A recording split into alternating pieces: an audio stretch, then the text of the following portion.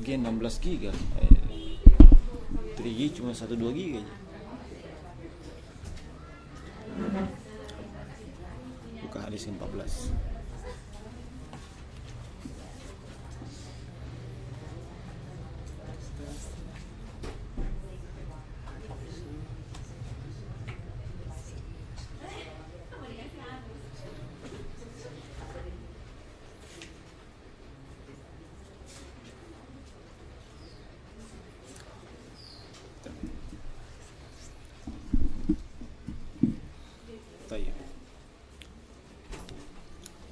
Baik, kita mulai.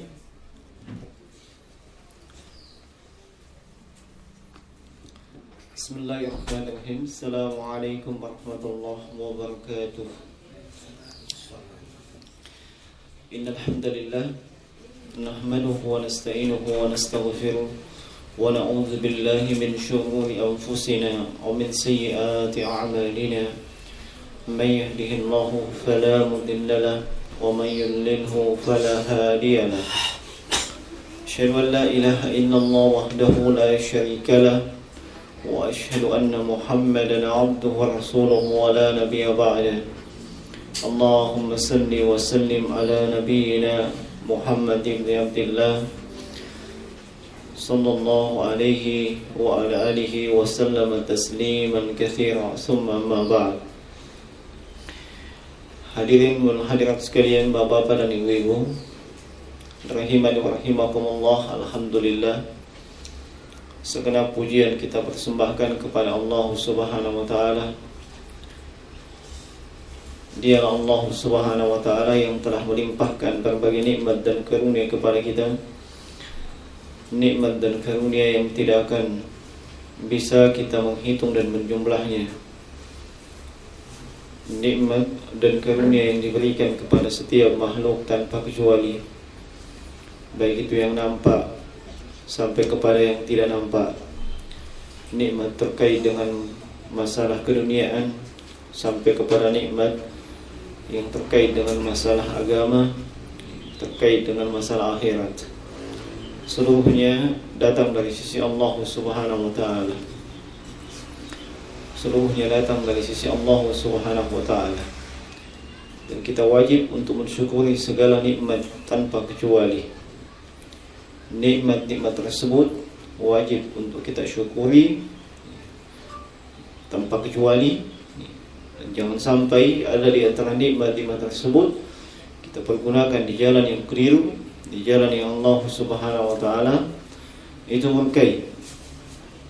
Nah, dan dimaklumi bahwasanya setiap nikmat yang kita dapatkan sekecil apapun itu akan dimintai pertanggungjawaban di hadapan Allah Subhanahu wa taala.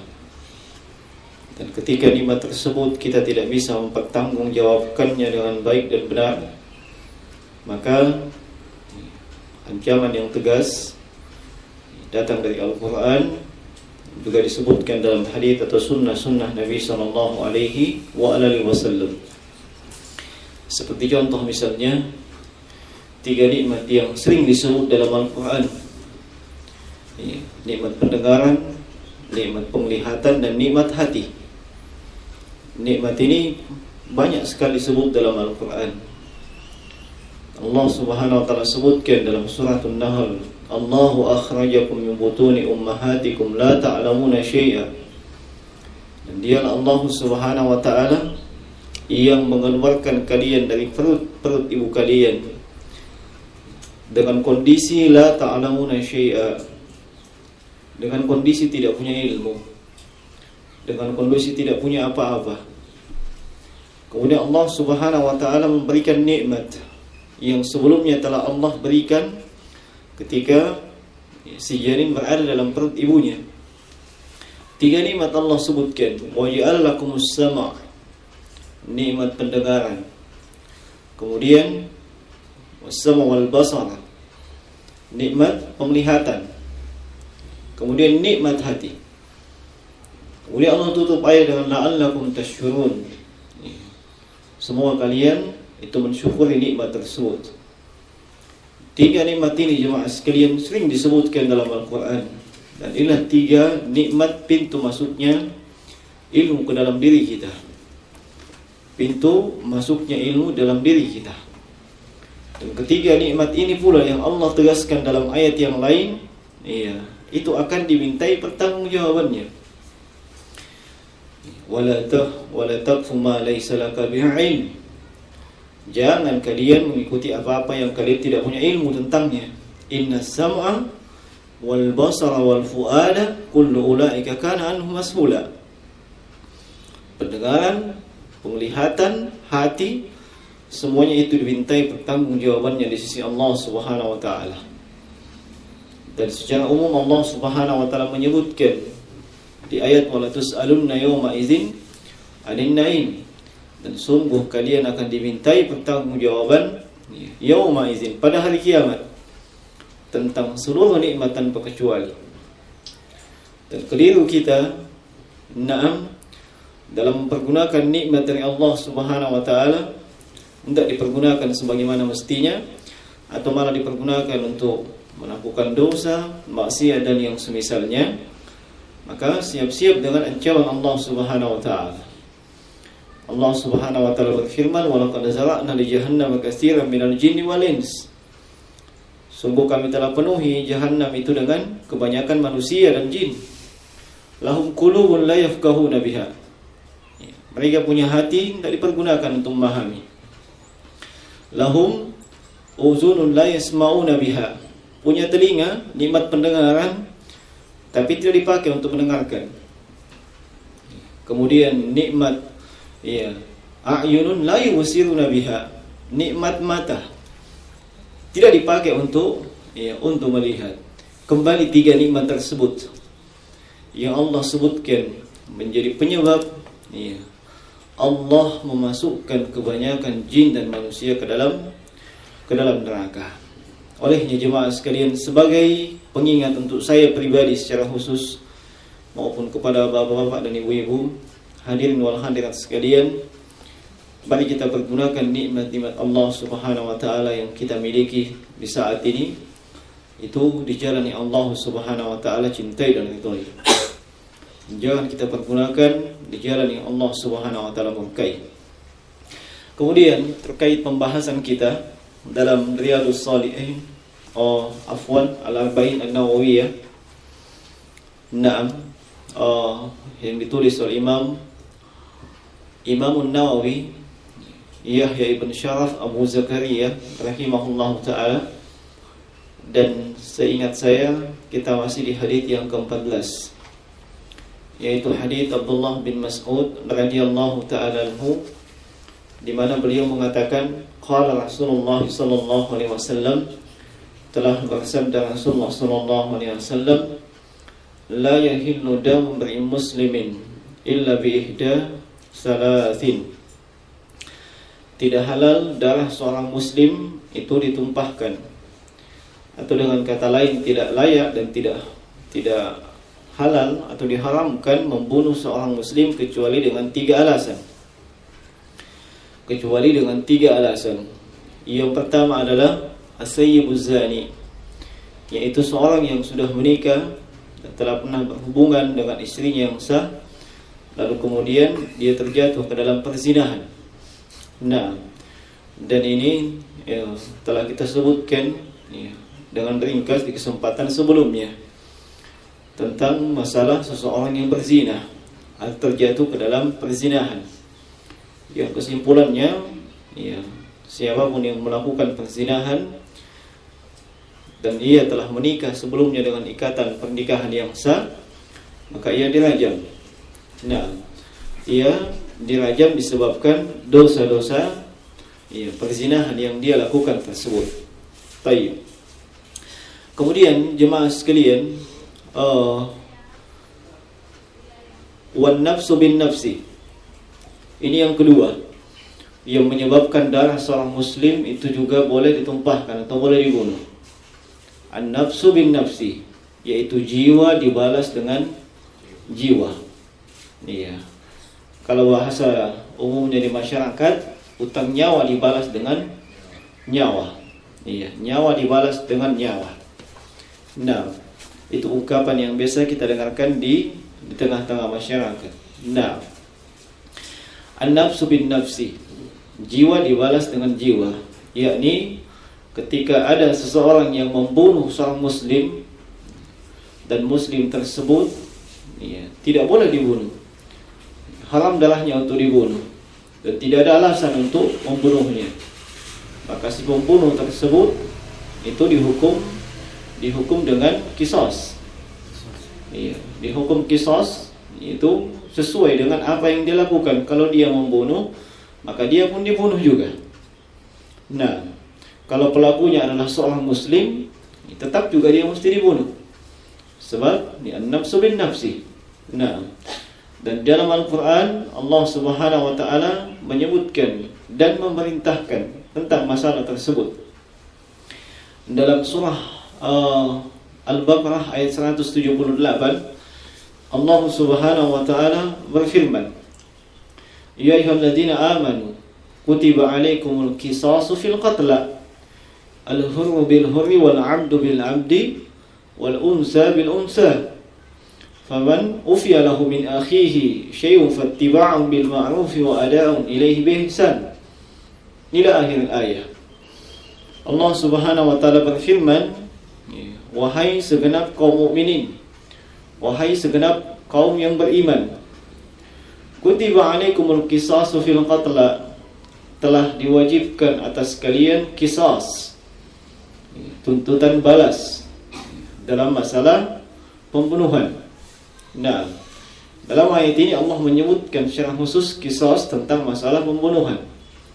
Nah, al-hurru bil hurri, seorang yang merdeka itu dibalas dengan mereka yang merdeka juga.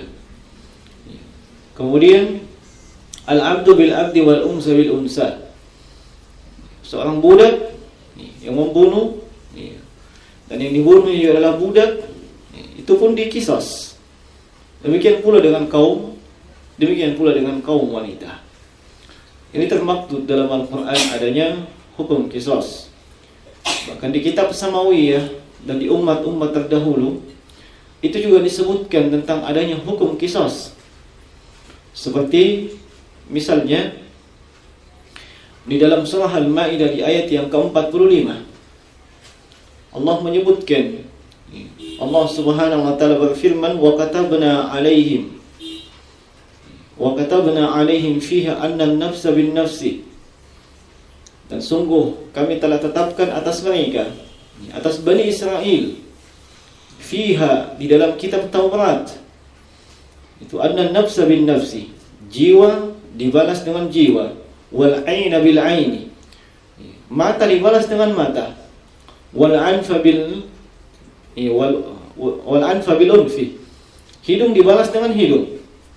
Nah, wa sinna bis sinni, gigi dibalas dengan gigi, wal juruha qisas, setiap luka itu ada qisas. Nah, balasan yang semisal dengan itu. Nah, ini ditetapkan dalam Al-Quran, disebutkan dalam kitab-kitab Samawiyah, dan secara khusus yang kita sebutkan tadi adalah pada kitab Taurat. Dan ini termasuk hukum-hukum Allah Subhanahu wa ta'ala, termasuk hukum-hukum syariat. Dan ini yang menyebabkan seorang muslim yang melakukan tindakan kezaliman dan membunuh jiwa yang diharamkan itu layak juga dibunuh atau dikisas. Nah, kalau memang terpenuhi syarat-syaratnya. Nah, tolong digaris bawah itu, kalau terpenuhi syarat-syaratnya. Nah, dan syarat-syarat yang namanya qisas, ada syarat yang terkait dengan si pembunuh, ada syarat yang terkait dengan wali daripada orang yang dibunuh. Si pembunuh dan wali terhadap walinya orang yang dibunuh. Sebab orang yang melakukan pembunuhan, dia melanggar 3 hak. Hak Allah Subhanahu wa ta'ala, kemudian hak yang dibunuh, dan ketiga hak wali daripada orang yang dibunuh. Nah, hak wali bagi orang yang dibunuh. Makanya kata para ulama seperti semisal Imam Ibnu Qayyim al-Jauziyah rahimahullah, kalau ada seorang pembunuh yang ia taubat dengan taubatan nasuha, maka itu menggugurkan hak Allah atas dirinya. Iya. Lalu ia mendapatkan maaf dari wali yang dibunuh. Itu menggugurkan hak walinya. Hak wali yang dibunuh. Tinggal satu pada hari kiamat yang mesti dia selesaikan. Yang dibunuh. Iya. Yang dibunuh tersebut dia masih punya hak. Iya. Masih punya hak untuk menuntut keadilan. Nah, menuntut keadilan. Iya. Apakah hak tersebut? Iya. Ia akan ajukan di hadapan Allah Subhanahu wa taala atau bagaimana? Iya. Nah, ini juga menunjukkan jemaah sekalian tidak main-main dosa tersebut. Nah, tidak main-main dosa tersebut. Nah, baik. Adapun syarat-syarat terkait dengan si pembunuh sampai si pembunuh ini layak untuk diqisas. Iya. Syarat yang pertama, si pembunuh itu mesti mukallaf. Si pembunuh mukallaf. Nah, mukallaf dalam pengertian akil balik. Akil dan balik. Artinya, iya, kalau ada seseorang yang melakukan pembunuhan, dia dalam keadaan akil. Iya, bukan mabuk. Iya, bukan pula gila. Bukan pula setengah waras. Iya, bukan pula orang sinting. Iya. Akalnya bekerja dengan baik dan benar. Iya. Akalnya bekerja dengan baik dan benar. Dan dia dalam kondisi yang balik, bukan lagi anak-anak, bukan anak kecil, bukan mumayyiz, tapi dia dalam kondisi balik. Nah, dalam kondisi balik seperti itu, iya, terpenuhi syarat yang pertama. Nah, terpenuhi syarat yang pertama. Adapun jika misalnya si pembunuh tersebut adalah anak-anak ataupun dia adalah orang yang gila, ya, maka ini tidak dikenakan hukum. Ya, tidak dikenakan hukum. Ya, alias tidak diqisas. Ya. Nabi sallallahu alaihi wasallam bersabda, "Rufi al-qalamu an thalas." Ya. Diangkat pena dari 3 jenis manusia. Maksudnya tidak ditulis dan tidak dicatat sebagai dosa atau tidak dianggap sebagai dosa. Iya. Yaitu anis sabi anil naimi hatta yastaygith, orang yang tertidur sampai dia bangun. Kemudian anis sabi hatta yablugh, anak kecil sampai dia telah balik.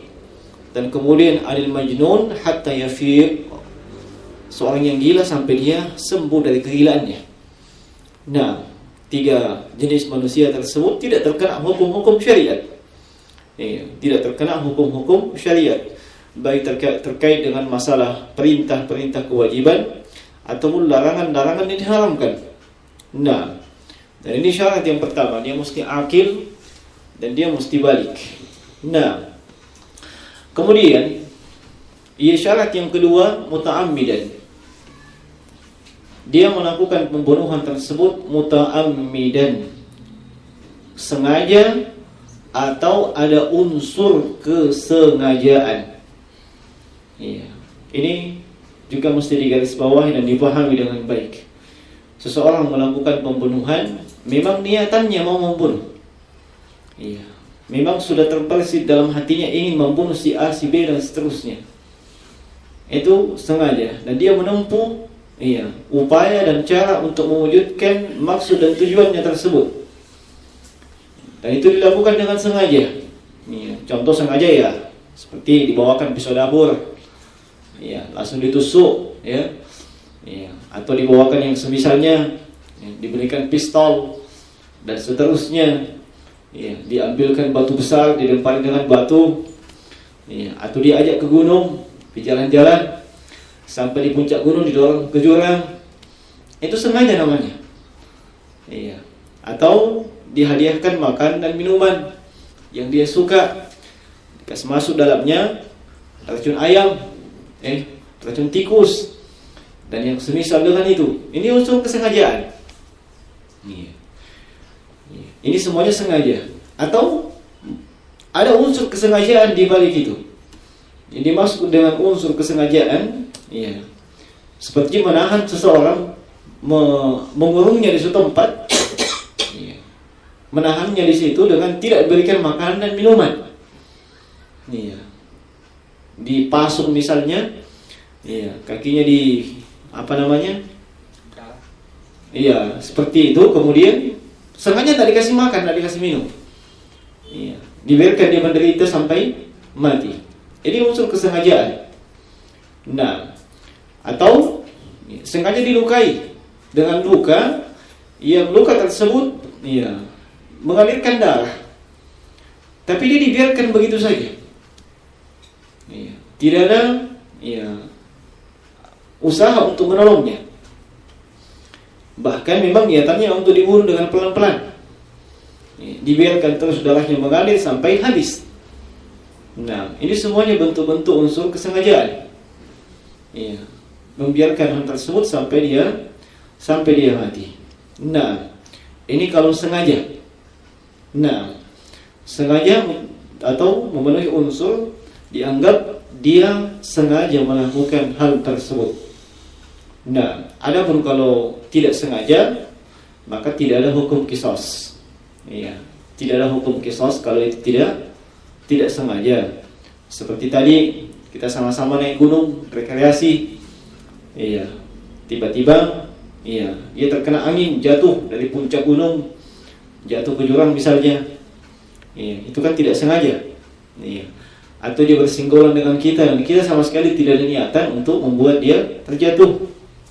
Nah, atau mungkin yang punya kendaraan bermotor, baik itu motor ataupun mobil, keluar dari rumahnya mengendarai kendaraan bermotor, tiba-tiba ada anak-anak melintas, tertabrak, qadarullahu ma syaa fa'ala, anak tersebut menghadap penciptanya, meninggal.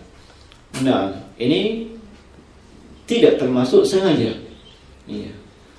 Ini tidak memenuhi syarat kesengajaan. Nah, dan yang seperti ini tidak dikisas.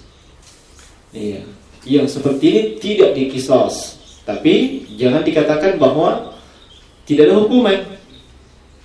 Kalaupun tidak dikisas, itu ada denda yang tidak sedikit. Allah Subhanahu wa taala sebutkan dalam surah An-Nisa di ayat yang ke-92, "Wa ma kana lil mu'minin ay yaqtula mu'minan illa khata'a. Wa man qatala mu'minan khata'an fatahriru raqabatin mu'minatin wa diyatun musallamatun ila ahliha." Tidak boleh, tidak pantas seorang mukmin membunuh mukmin yang lain. Illa khata'a, kecuali itu tidak sengaja. Kecuali tidak sengaja atau keliru. Nah, dan siapapun yang membunuh seorang muslim disebabkan ketidaksengajaan, maka fatahrir raqabatin mu'minatin. Satu, dia mesti membebaskan satu orang budak wanita. Satu orang budak wanita beriman. Kemudian yang kedua, wadiyatun musallamatun ila ahliha. Ia mesti membayar diat. Membayar diat atau denda. Nah, dan dendanya ini mungkin sebahagian mengatakan tidak banyak. Dendanya hanya 100 ekor unta. Dendanya hanya 100 ekor unta sebagaimana disebutkan di dalam hadis yang diriwayatkan oleh Imam Tirmizi dan selainnya. Nah, kalau 100 ekor unta ini, satu ekor unta biasanya berapa? Anggaplah paling kecil mungkin 20 jutaan. Itu bukan humrin na'am. Kalau humrin na'am mahal sekali. Ada namanya unta merah. Itu unta paling mahal itu. Kalau ada orang Arab punya unta merah, wah, pasti orang kaya. Itu mungkin bukan unta seperti itu. Nah, anggaplah 20 jutaan dikali 100, sekitar 2 M. Tidak main-main. Nah, makanya bagi mereka yang punya kendaraan itu hati-hati aja. Nah, jangankan yang berhati-hati, iya. Jangankan yang tidak berhati-hati, maksud saya, yang berhati-hati saja kadang masih dapat musibah. Nah, apalagi memang, iya, yang tidak berhati-hati, asal mau balap tuh. Nah, sebagaimana yang kita bisa saksikan dari kalangan, ya, remaja dan anak-anak. Nah, kalau mereka naik kendaraan, subhanallah. Iya. Kalau anak-anak kita yang mengendarai kendaraan bermotor, kemudian dia menabrak seseorang dan itu yang ditabrak meninggal, iya, siap-siap membayar denda seperti itu. Nah, yang penting si anak tidak memang bermaksud untuk membunuh, iya, tidak bermaksud untuk membunuh, tapi hanya ketidaksengajaan sampai menabrak dan membuat yang ditabrak itu meninggal. Iya, dia mesti membayar denda yang tidak sedikit. Nah, jemaah sekalian rahimani wa rahimakumullah. Ini poin yang kedua atau syarat yang kedua. Iya. Kemudian syarat yang ketiga, iya, terkait dengan manusia yang dibunuh. Iya. Manusia yang dibunuh atau orang yang dibunuh tersebut adalah ismatud dam. Iya. Maksudnya yang dibunuh ini termasuk muslim, iya, termasuk muslim yang tidak boleh untuk dibunuh atau tidak ada alasan untuk membunuhnya. Nah, tidak ada alasan untuk membunuhnya. Adapun bagi orang yang membunuh, misalnya ada yang membunuh pezina dengan dirajam, itu tidak terkena qisas. Ya, ada yang ikut andil dalam merajam seseorang, itu tidak ikut qisas.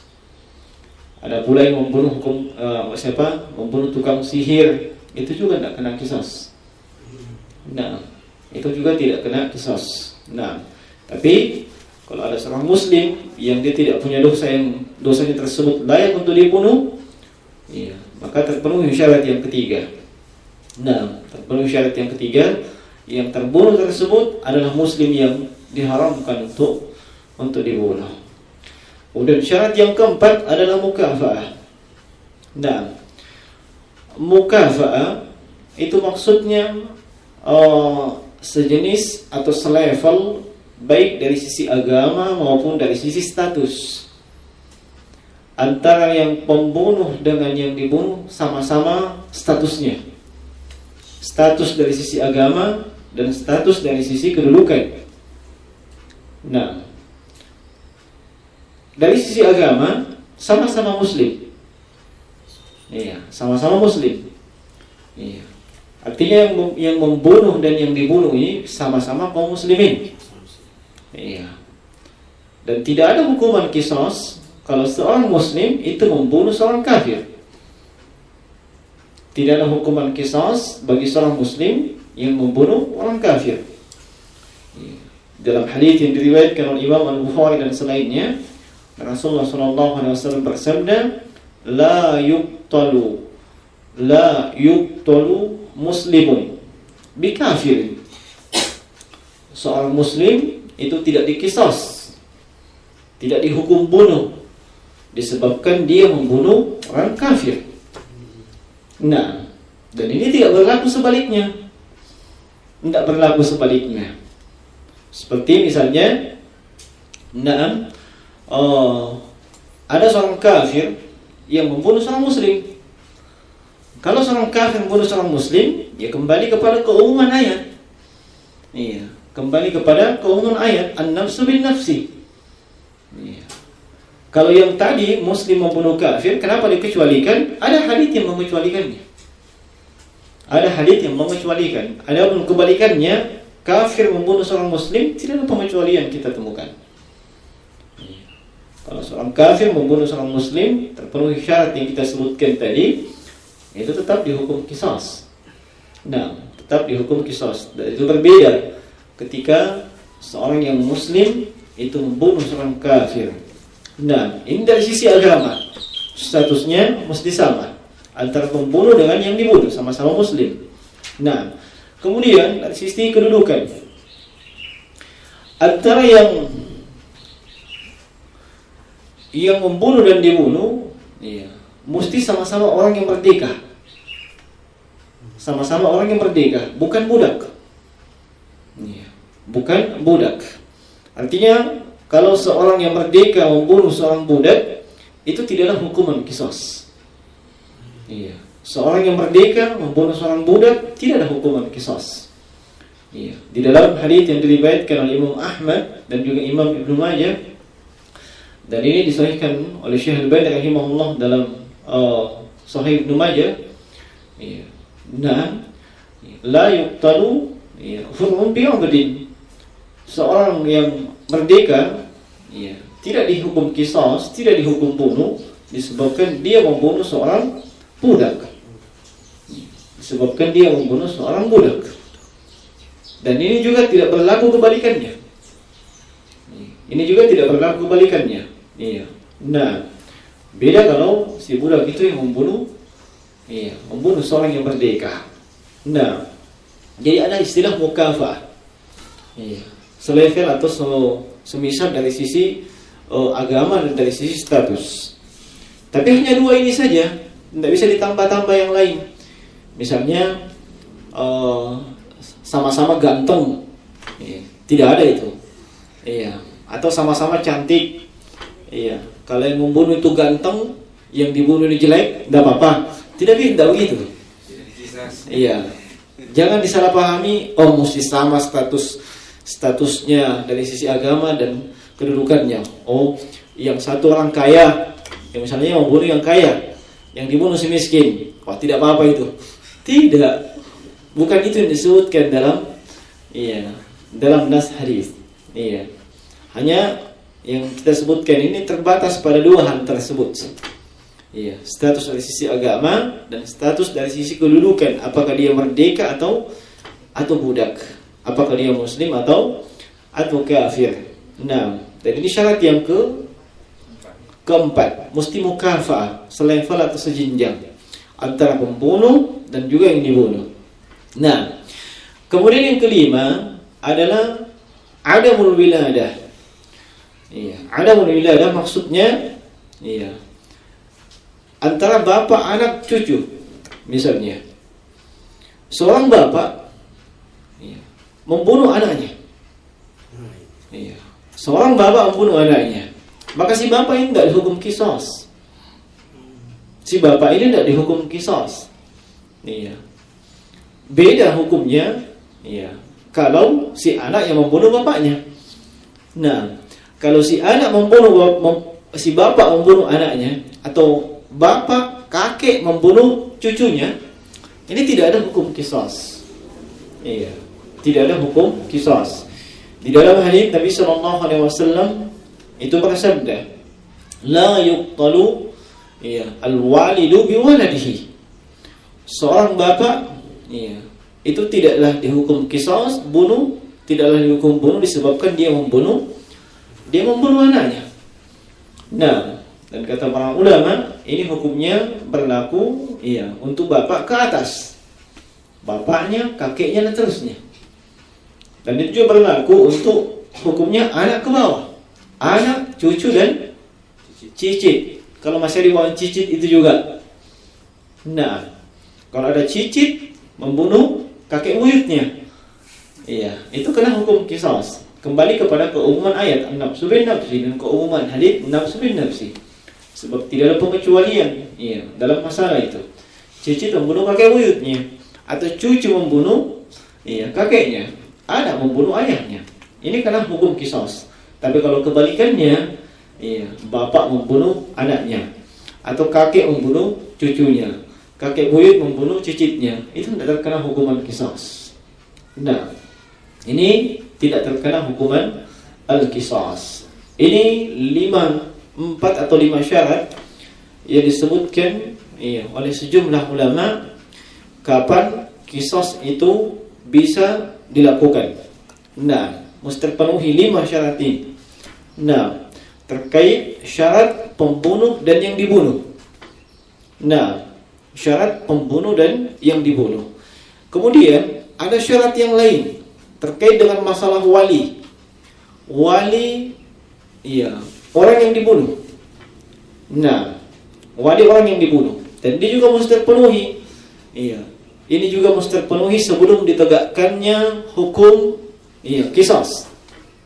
Nah, syaratnya untuk wali yang pertama, iya, si wali ini, misalnya si A dibunuh, si A ini punya wali. Iya, wali ini adalah kerabat yang paling dekat, iya, dari sisi ayah, iya, dari garis keturunan ayah atau bapak, dan pewaris itu semuanya wali dalam, iya, dalam wali pembunuhan. Nah, dalam wali, iya, pembunuhan, yaitu yang punya garis keturunan terdekat dengan bapak dan juga yang pewaris daripada yang dibunuh. Ini disebut dengan wali. Nah, wali, iya, ini mesti akil juga dengan balik. Iya, wali yang mau menuntut hukuman tersebut mesti akil dengan balik. Nah, sebab salah satu di antara hikmah adanya qisas, pembalasan bunuh dengan bunuh ini, supaya pihak wali merasa puas. Si pihak wali merasa puas sebab anak walinya itu dihilangkan nyawanya. Iya. Adapun kalau misalnya si wali masih kecil anak-anak, iya, maka pihak pembunuh tersebut tidak bebas begitu saja juga. Tapi kalau terjadi di zamannya sahabat, pembunuh tersebut dipenjara terlebih dahulu, menunggu walinya itu balik. Iya, seperti misalnya saya ingat kisahnya yang barusan terjadi itu di Pulau Mas itu Insinyur Dodi siapa? Iya, kayak begitu namanya kalau saya tidak salah ingat, yang dibunuh itu dikurung dalam kamar mandi. Nah, itu pembunuhan sengaja atau tidak sengaja, itu dikurung di kamar mandi. Sengaja, sebab tidak ada ventilasi yang masuk. Iya, mungkin dia tidak ditembak langsung, tidak ditusuk langsung dengan pisau, tapi dimasukkan dan ditahan di suatu tempat yang tempat tersebut tidak ada akses untuk kehidupan. Apakah itu udara, makanan, dan semisal dengan itu. Itu pembunuhan yang ada unsur kesengajaan. Nah, misalnya semua keluarganya telah terbunuh, yang tinggal cuma si anak yang masih kecil. Iya, si anak yang masih kecil. Kalau tegakkan hudud Islam, hukum-hukum Islam, maka si pembunuh ini dipenjara terlebih dahulu sampai menunggu si anak ini balik. Iya, bukan cuma dipenjara, tunggu si anak ini balik. Iya, nanti setelah dia balik, dia berhak mengajukan untuk melakukan qisas. Iya, sebagaimana ini pernah terjadi di zamannya Khalifah Muawiyah bin Abi Sufyan. Iya, di zamannya Khalifah Muawiyah bin Abi Sufyan, ada seorang yang beliau, iya, hukum, yaitu Khudab bin Khashram. Khudab bin Khashram ini membunuh, iya, dan wali daripada yang dibunuh tersebut masih anak-anak. Maka beliau penjarakan itu Khudab bin Khashram, menunggu si anak ini balik. Ini ya. Nanti setelah dia balik, si anak itu berhak mengajukan. Apakah berhak mengajukan untuk diqisas atau dia maafkan? Ini ya. Pilihan itu kembali kepada pihak wali. Iya. Nah, masalah qisas ini pilihan kepada pihak wali. Iya, dia bisa minta untuk diqisas, bisa juga dia maafkan. Tapi ingat, maaf itu tidak ya saya minta maaf, oh iya saya maafkan pula mungkin. Tidak seperti itu. Iya. Nah, tapi juga mesti apa? Membayar denda. Nah, tidak main-main. Iya. Jadi kita menunggu sampai si anak itu balik. Kemudian nanti terserah dia apakah dia akan mengajukan untuk diqisas atau dia maafkan. Nah, kemudian syarat yang kedua dari pihak wali ini, semua pihak wali sepakat. Semua pihak wali mesti sepakat. Iya. Sepakat dan satu kata. Iya. Untuk mengajukan qisas. Sepakat untuk mengajukan qisas. Kapan ada salah satu dari pihak wali tidak mau dan memilih memaafkan, tidak jadi hukum qisas. Iya, tidak jadi hukum qisas. Seperti misalnya ada seorang bapak yang dibunuh, anaknya ada 9. Iya. Anaknya ada 9 ya. 9 anak ini, 8 sepakat tuntut balas kematian bapak. Satunya tidak saya memaafkan. Tidak jadi dikisos. Nah, tidak jadi, itu kena hukum kisos. Jadi mesti ada kesepakatan dari semua pihak wali yang terbunuh tersebut. Ini yang kedua. Syarat yang ketiga, pihak wali yang mau melaksanakan hukum kisos itu tidak boleh melampaui batas. Tidak boleh melampaui batas dalam pelaksanaan hukum kisos. Nah, kalau misalnya walinya itu dibunuh, dia cukup membunuh saja.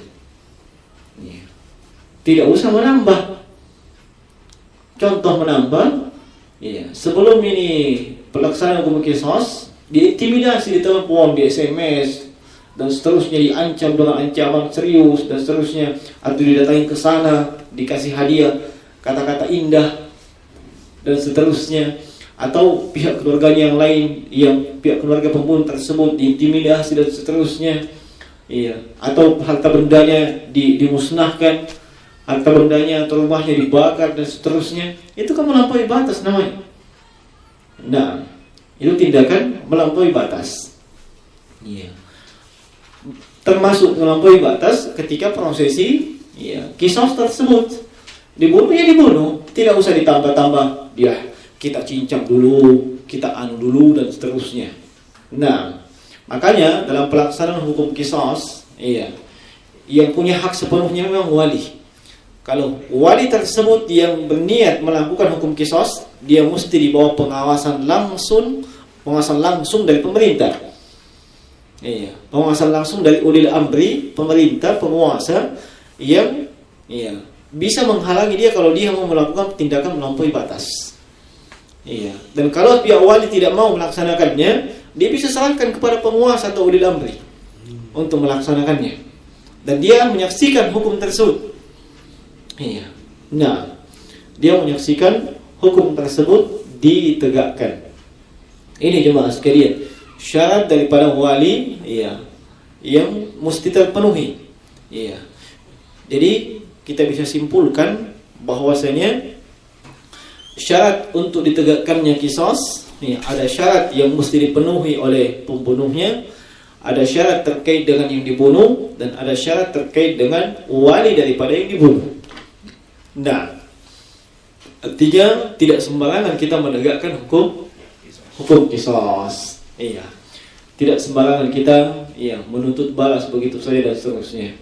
Semuanya mesti ada tuntunannya sesuai dengan tuntunan Al-Quran dan As-Sunnah.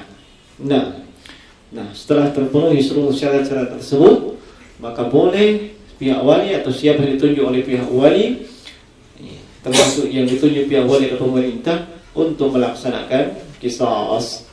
Dan boleh juga dia memaafkan. Boleh juga dia memaafkan. Nah, makanya sebelum memutuskan pihak wali ini seluruhnya memutuskan apa yang hendak dilakukan, hendaknya mereka bermusyawarah. Dan hendaknya mereka bermufakat.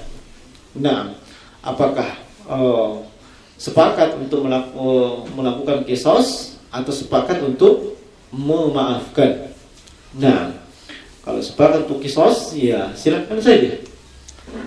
Kalau sepakat untuk memaafkan, dia bisa mendapatkan manfaat dari sisi materi. Nah, itu tidak main-main dari sisi materi. Kalau misalnya kita umpamakan begitu tadi, satu ekor unta itu adalah 20 jutaan, maka kalau 100 ekor unta 2 miliar. Mungkin saja pihak walinya ini itu berada di bawah garis kemiskinan. Kehidupannya sehari-hari mungkin sulit dan seterusnya. Nah, kalau dia minta ditegakkan hukum kisos, dia kembali kepada kehidupan awal. Mungkin yang terbunuh tersebut adalah tulang punggung keluarga. Yang terbunuh tersebut tulang punggung keluarga. Otomatis tidak ada yang membiayai kehidupan mereka dalam kesehariannya dan seterusnya. Nah, itu semua mesti dipertimbangkan oleh pihak wali. Jangan hanya terbawa perasaan dan emosi. Iya, memang kita tidak terima, pasti tidak akan terima ketika ada anggota keluarga kita dibunuh. Iya, itu fitrah manusia, pasti kehilangan. Iya, dan fitrah manusia tentunya ingin membalas dengan apa yang ditimpakan kepadanya. Iya, tapi hendaknya seseorang itu pandai dan cerdas. Iya, melihat kondisi-kondisi yang lebih mendatangkan maslahat dan kebaikan untuknya. Nah, hal tersebut yang mesti jadi pertimbangan. Nah, toh gugur kewajiban, gugur haknya ini dari pihak wali, gugur haknya Allah ketika si pembunuh itu taubat. Tapi yang dibunuh ini belum gugur haknya. Iya, belum gugur haknya. Nah, di hari kiamat, iya, dia bisa mengajukan komplain kepada Allah Subhanahu wa taala dan membawa pembunuhnya ke hadapan Allah Subhanahu wa taala bahwa si fulan telah membunuh saya tanpa ada alasan. Nah, dan itu sebenarnya keuntungan. Ya, kenapa? Sebab amal kebaikan, pahala dari amalan kebaikan si pembunuh itu akan diberikan kepada yang dibunuh. Iya. Demikian. Jangan main-main. Nah, itu dosa yang bukan dosa kecil. Iya, apalagi itu dosa terkait dengan orang lain. Iya, hak Allah, hak yang dibunuh dan hak walinya yang dibunuh. Iya, selamat di dunia mungkin disebabkan dia bertobat kepada Allah. Iya, kata Nabi SAW, at-taibu minaz zambi kama la dzamba lahu. Siapa saja bertobat, maka seolah-olah dia tidak punya dosa. Iya, antara dia dengan Allah. Iya, tapi antara dia dengan walinya, iya, dia tinggal datang minta maaf. Iya. Itu pun kalau walinya memaafkan. Nah, kalau misalnya walinya memaafkan, iya, maka hak walinya gugur. Masih ada satu. Hak yang dibunuh itu belum. Sebab dia tidak bisa menuntut haknya di dunia. Bagaimana dia bisa menuntut haknya di dunia yang sudah mati? Nah, dia menuntut haknya ketika hak itu bisa dia tuntut, yaitu ketika di hadapan Allah Subhanahu wa taala. Dia mengajukan hal tersebut kepada Allah Subhanahu wa taala. Ini semua yang mesti dipertimbangkan dengan baik. Iya. Nah, sebelum kita menyepakati hukum apa yang mesti kita timpakan kepada yang membunuh keluarga kita. Di sisi lain, kembali kita kepada ketentuan Allah Subhanahu wa taala bahwa mungkin dan itu bukan mungkin, pastinya seseorang itu meninggal, apakah meninggal dengan cara yang biasa, dengan cara yang wajar ataupun terbunuh dan seterusnya, itu tidak keluar daripada takdir dan ketentuan Allah Subhanahu wa taala. Allah Subhanahu wa taala itu sudah menentukan hal tersebut. Nah, jemaah sekalian rahimani wa rahimakumullah, sehingga siapapun yang melakukan tindakan melampaui batas terhadap orang lain, terhadap orang lain, maka ada hukuman yang namanya qisas. Qisas ini bisa ditegakkan kalau terpenuhi syarat-syarat sebagaimana yang telah kita sebutkan, tadi. Kemudian potongan hadis yang berikutnya adalah sabda Nabi sallallahu alaihi wasallam, "Wattariku lidinihi al-mufariqu lil-jamaah." Ini yang ketiga yang boleh juga untuk dibunuh, yaitu at-tariku lidinihi. At-tariku lidinihi adalah orang yang meninggalkan agama. Atau dengan bahasa lain dia murtad. Dan murtad di sini bisa jadi dia menampakkan dengan terang-terangan atau dia sembunyikan. Dia nampakkan dengan terang-terangan, dia sampaikan. Mungkin dia umumkan di tengah-tengah umat. Dia umumkan di media sosial bahwa dia tidak mengakui lagi Allah Subhanahu wa taala sebagai Rabbnya, sebagai Tuhannya. Atau dia mungkin menyebutkan dalam keadaan sadar, dalam keadaan dia mengetahui dengan baik, tapi dia umumkan dan dia sampaikan bahwasanya rukun-rukun Islam itu tidak wajib. Salat itu tidak wajib. Puasa itu tidak wajib, zakat itu tidak wajib, dan seterusnya. Mengingkari salah satu daripada hal-hal yang disepakati dalam Islam. kewajibannya, dan dia mengingkarinya dalam keadaan sadar, dalam keadaan dia mengetahui. Nah, maka ini dihukumi murtad. Nah, dihukumi murtad, ya, meskipun dia masih bersyahadat. Meskipun dia masih bersyahadat. Tapi kapan hal tersebut dia lakukan, maka dihukumi murtad. Termasuk siapapun yang mencela Allah Subhanahu wa taala. Iya, mencela hukum-hukum Allah Subhanahu wa taala dan juga mencela Rasulullah sallallahu alaihi wasallam atau sunnah-sunnah beliau. Iya, mencela sunnah-sunnah beliau. Iya, dalam keadaan dia sadar ketika mengucapkannya dan dalam keadaan dia mengetahui dengan baik dan benar bahwasanya mencela Allah, mencela hukum-hukumnya atau mencela Nabi sallallahu alaihi wasallam dan mencela sunnahnya itu diharamkan, tidak dibolehkan. Dia tahu itu semua. Iya, tapi tetap dia melakukannya dalam keadaan tanpa paksaan, pilihannya pribadi, maka dia dihukum murtad. Nah, dia dihukum murtad dan ini iya kata Nabi sallallahu alaihi wasallam, man baddala dinahu faqtuluh. Siapa yang mengganti agamanya, bunuh. Iya, siapa yang mengganti agamanya dibunuh. Nah, itu hukumnya hukum bunuh. Nah, hukumnya hukum bunuh. Nah, at-tari al-mufariqu lil jamaah, yakni meninggalkan jemaah kaum muslimin. Iya, meninggalkan kaum muslimin, tidak lagi bersama dengan kaum muslimin. Nah, hadirin wal hadirat sekalian, iya, rahimani wa rahimakumullah. Iya, seluruh hukum-hukum bunuh ini, iya, itu ditegakkan oleh ulil amri atau penguasa. Iya, ulil amri atau penguasa. Kecuali yang kita sebutkan tadi tentang pembunuhan jiwa. Nah, itu haknya wali daripada yang dibunuh. Tapi dia bisa melakukannya itu dengan izin daripada penguasa atau dengan pengawasan daripada pihak penguasa, atau dilimpahkan itu kepada pihak penguasa, dan tidak langsung individu per individu, person per person, atau ada oknum tertentu dari kalangan kaum muslimin yang mau menegakkan hukum-hukum ini begitu saja. Iya, mau menegakkan hukum-hukum ini begitu saja. Iya, seperti misalnya ada seseorang yang di tengah jalan dia temukan, dia umumkan saya sudah murtad dan seterusnya. Tidak boleh langsung hulus pedang. Iya, saya mau bunuh Anda sebab Anda sudah murtad.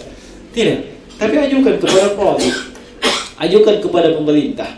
Nah, nanti dia melaksanakan hukum-hukum. Iya, nanti yang melaksanakan hudud itu adalah penguasa atau amri, bukan individu per individu. Iya, bukan person per person. Nah, baik. Jemaah sekalian rahimani wa rahimakumullah. Iya, hadits ini kata Imam An-Nawawi rawahu al-Bukhari dan Muslim. Nah, jemaah sekalian, hadits ini memberikan pelajaran kepada kita bahwa asalnya darah seorang muslim tidak boleh ditumpahkan. Darah seorang muslim itu memiliki kehormatan yang sangat-sangat agung. Nah, olehnya disediakan hukuman bagi siapapun yang menumpahkan darah seorang muslim. Nah, dan terkadang hukuman tersebut bagi sebahagian orang, bahkan sebagian kaum muslimin menganggapnya sebagai sesuatu yang kejam, melanggar HAM, melanggar apa selain HAM, dan yang semisal dengan itu. Tidak sedikit atau mungkin banyak dari kalangan kaum muslimin ketika disebutkan hukum mati, dia tidak terima. Itu sadis, itu kejam, itu apa dan seterusnya. Tapi dia tidak pernah pikirkan perasaan wali yang dibunuh tersebut. Coba dia berada pada posisi itu. Dan Allah Subhanahu wa taala menyebutkan hikmah dalam hal tersebut di dalam Al-Qur'an. Walakum fil qisasi hayatun ya ulil albab, dalam surah Al-Baqarah 179. Walakum fil qisasi hayatun ya ulil albab. Bagi kalian dalam masalah hukum qisas itu ada kehidupan. Maksudnya apa jemaah sekalian? Dengan ditegakkannya hukum qisas itu akan menjamin kehidupan manusia. Sebab dengan adanya hukum qisas, seseorang tidak akan berani dan berpikir mungkin 1000 kali untuk membunuh. Sebab dia pasti akan dibunuh juga. Nah, dan kalau seorang pembunuh itu dibunuh, dan memang profesinya adalah membunuh, kebiasaannya adalah membunuh, otomatis setelah dia dikisas dibunuh, tidak ada lagi membunuh. Itu menjamin kehidupan manusia yang lainnya. Nah, di samping itu, hukum-hukum tersebut adalah bentuk keadilan Islam. Bentuk keadilan Islam. Nah, dan tidak ada hukum yang terbaik kecuali hukum yang datang dari sisi Allah, dari sisi Allah Subhanahu wa taala. Nah, kemudian sebagai penutup jemaah sekalian, di sini hanya disebutkan tiga keadaan seorang muslim boleh dibunuh, boleh tumpahkan darahnya. Padahal ini bukan pembatasan. Artinya bukan hanya pada 3 keadaan ini seseorang itu bisa dibunuh. Nah, ada keadaan-keadaan yang lain yang seorang muslim itu juga boleh dibunuh ketika terjatuh ke dalam hal tersebut.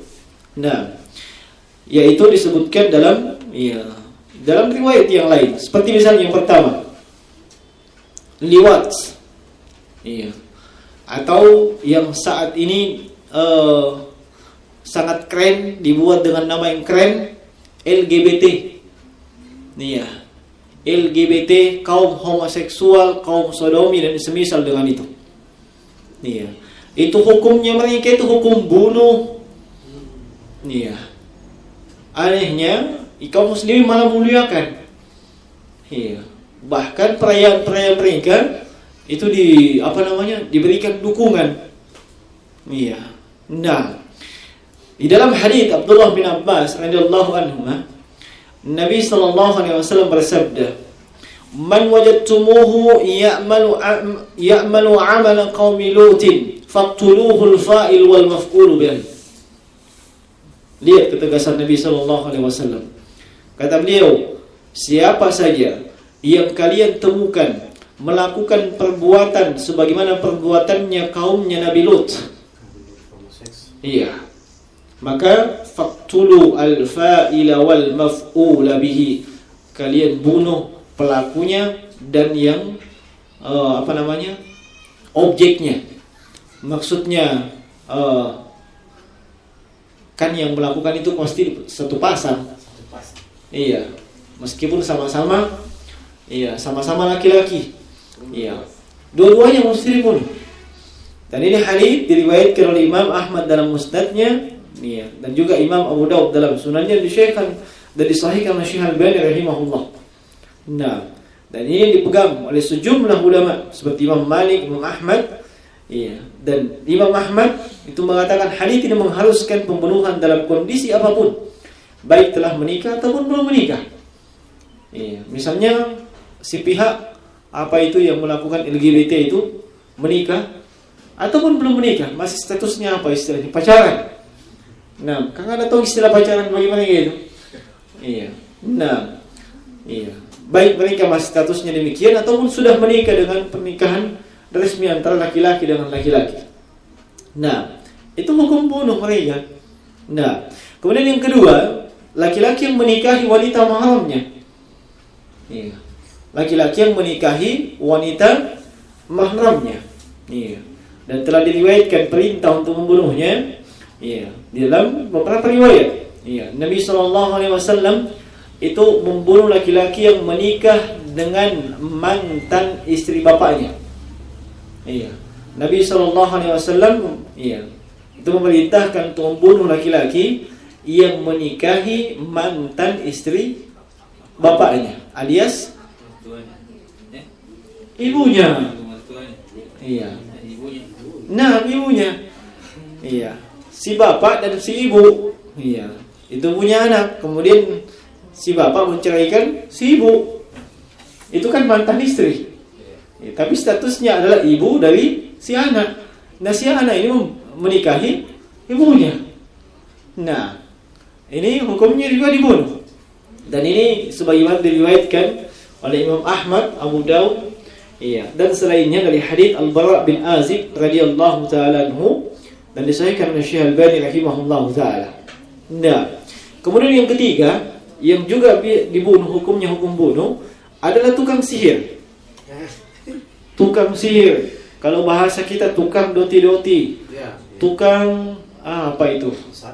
Tukang santet dan tukang-tukang yang semisal dengan itu. Iya. Nah, ini semuanya hukumnya hukum bunuh. Iya. Disebutkan dalam Sunan At-Tirmizi dari hadits Jundub. Iya.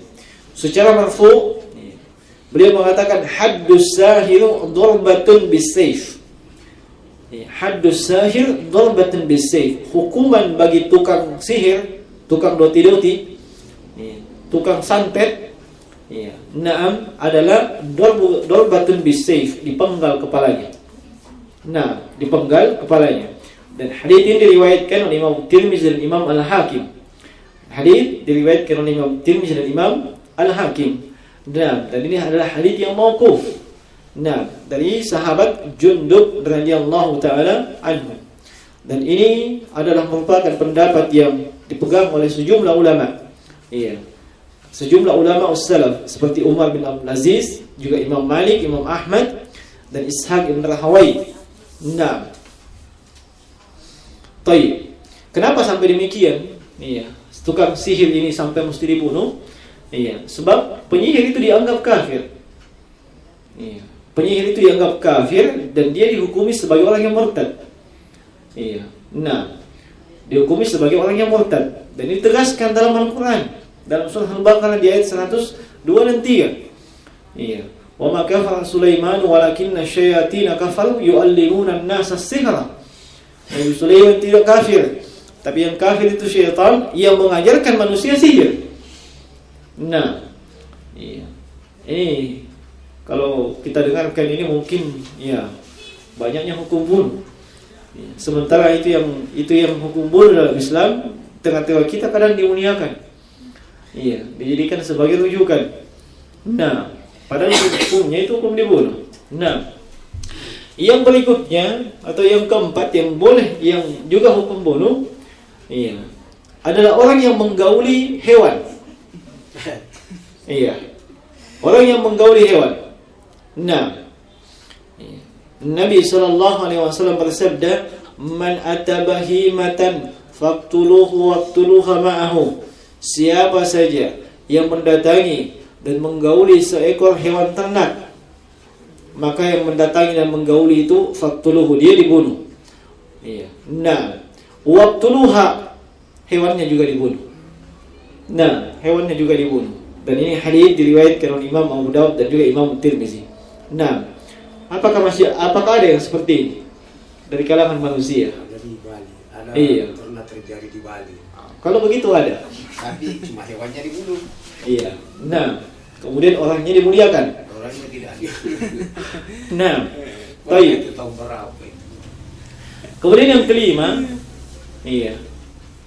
Dan ini termasuk pendapat sebahagian ulama adalah orang yang meninggalkan ibadah solat dengan sengaja. Orang yang meninggalkan ibadah solat dengan sengaja tanpa ada alasan yang dibenarkan. Nah, dan dalam keadaan mengetahui bahwa solat itu hukumnya wajib.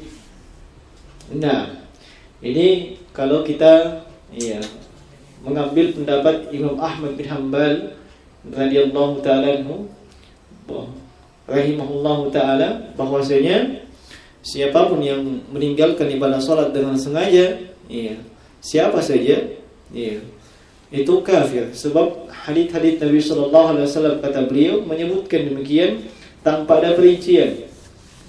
Seperti misalnya Nabi sallallahu alaihi wasallam bersabda, "Alhamdulilladzi bainana wa bainahum as-shalah, faman tarakaha faqad kafar."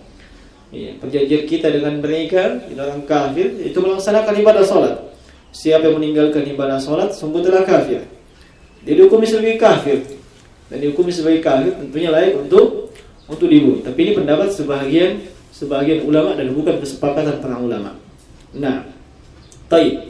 Kemudian yang berikutnya adalah peminum khamar pada kali yang keempat. Iya. Peminum balok Banyak ini. pada kali yang keempat. Pasti. Kenapa dikatakan pada kali yang keempat? Meminum minuman keras itu dosa besar. Iya. Dan kewajiban penguasa, iya, itu menangkap mereka dan kemudian memberikan hukuman. Iya, memberikan hukuman. Dan disuruh bertaubat. Itu kalau pertama kali dapat. Iya. Pertama kali, 2 kali, 3 kali. Demikian. Iya. Mulai 1, 2 dan 3 diperintahkan dia untuk bertobat kepada Allah Subhanahu wa taala. Tapi pada kali yang keempat, iya, kalau tetap ngotot dengan minuman kerasnya, dengan baloknya dan seterusnya, itu hukum dalam Islam dia dibunuh. Nah, dia dibunuh. Nah, baik. Kemudian kita ringkas, sudah hampir jam 6 ini. Yang ketujuh, itu sama, pencuri yang pada kali yang kelima. Iya, pencuri pada kali yang kelima. Nah, termasuk dalam kategori pencuri di sini itu pembegal. Iya, perampok di jalanan dan seterusnya. Iya. Ini asalnya, iya, awalnya, iya, dia diperintahkan bertobat kepada Allah Subhanahu wa taala. Pada kali pertama, kedua dan ketiga. Iya. Kalau tetap seperti itu tidak berubah, maka hukuman yang kelima, iya, 4 kali suruh bertobat, hukuman yang kelima itu diapakan? Iya, hukumnya dibunuh. Nah, kemudian yang berikutnya, iya, kalau ada khalifah sempalan, iya, di sebuah negeri misalnya, iya, ada khalifah yang kedua, ada yang mengangkat dirinya khalifah yang kedua, penguasa yang kedua. Iya, kalau misalnya kita di sini Palopo, sudah ada wali kota yang resmi, tiba-tiba ada yang melakukan kudeta dan revolusi dan mengangkat dirinya wali kota yang lain. Iya, maka salah satu mesti dibunuh. Nah, salah satunya mesti dibunuh. Nah, idza baya di khalifataini faqtulul akhar minhuma, kata Nabi sallallahu alaihi wasallam. Kalau ada 2 khalifah yang dibayat, maka bunuh khalifah yang terakhir. Khalifah yang mengaku itu. Nah, atau khalifah yang melakukan revolusi tersebut. Kemudian yang ke-9, mereka yang memecah belah jamaah kaum muslimin. Iya, mereka yang memecah belah, iya, jamaah kaum muslimin. Kata Nabi sallallahu alaihi wasallam, "Man atakum wa amrukum jami' ala rajulin wahid fa arada ay yashukka asakum ay yufarrika jama'atukum faqtuluhu." Barang siapa yang datang kepada kalian, iya, seseorang, sedangkan ketika itu urusan kalian ada pada satu orang, maksudnya kalian dipimpin oleh satu pemimpin. Nah, kemudian dia ingin memecah belah tongkat persatuan kalian. Provokator. Nah, provokator. Kita sudah bersatu kaum muslimin, kita mengakui pemimpin kita si A. Tiba-tiba dia datang melakukan provokator, memecah belah persatuan kaum muslimin. Dan kalian, iya, 6, memecah jemaah kaum muslimin. Iya, kalau dalam riwayat yang lain fadribuhu bisayf. Kalau dalam riwayat tadi faqtuluhu, maka bunuh dia.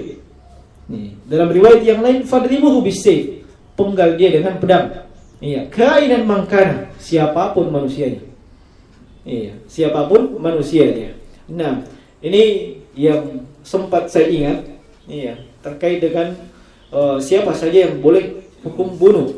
Iya, selain daripada tiga jenis yang disebutkan dalam hadis ke-14. Nah, sehingga iya, hadis yang 14 ini itu tidak membatasi sebenarnya yang hukum-hukum mereka yang dibunuh selain daripada hal tersebut. Nah, dan Nabi SAW insyaallah tidak membatasi dengan ketiga hal tersebut.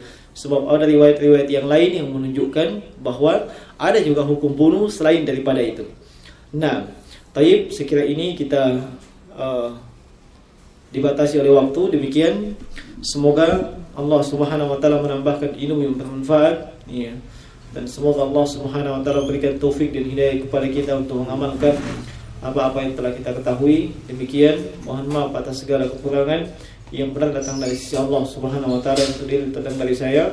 Subhanallah bihamdik, asyhadu an la ilaha illa anta astaghfiruka wa atubu ilaik. Assalamualaikum warahmatullahi wabarakatuh.